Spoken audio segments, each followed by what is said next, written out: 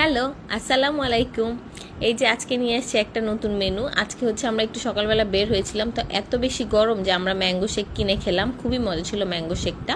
তারপর হচ্ছে দুপুরে এসে রান্না বান্না করলাম।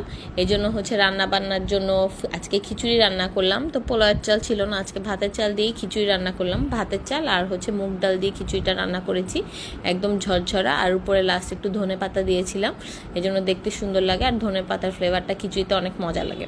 তারপর এটা রান্না করেছিলাম হচ্ছে গিয়ে চিকেন ভুনা, সাথে একটু আলু দিয়েছিলাম, আমার হাজব্যান্ড আলু লাইক করে এই জন্য।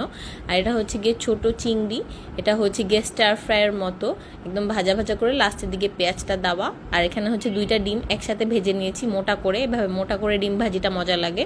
সাথে হচ্ছে কিছু সালাদ কেটে নিলাম, লেবু, পেঁয়াজ, শসা, গাজর। এই যে এগুলি হচ্ছে আজকে আমাদের মজাদার লাঞ্চের আইটেম।